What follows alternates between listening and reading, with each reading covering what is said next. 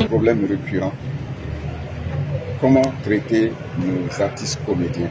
Sur quel barème traiter nos artistes comédiens? Et c'est de bonne guerre, parce que quand on sait que c'est les personnes qui sont au devant du public, quand bien même le réalisateur, les services techniques sont derrière pour faire sortir cette image, il est de bon ton que ces personnes-là puissent vivre de leur salaire. Et je crois que c'est assez important qu'on parle de cette structuration pour le barème des comédiens.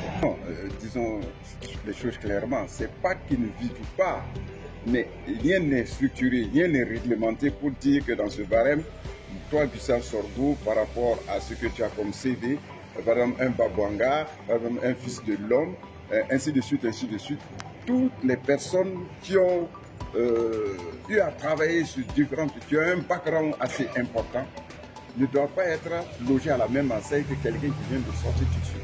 Et souvent, ça tue et le nouveau et l'ancien. Le nouveau, parce que dès le départ, il n'a jamais eu un cachet substantiel, et paf, il gagne ça, il pense que vraiment il est logé à la bonne enseigne. Alors que si on a un barème bien structuré, l'ancien comme le nouveau vont partir par grade, par échelon, et ça va encore donner de la force pour que l'artiste, l'artiste comédien puisse vivre de son œuvre. C'est une étape.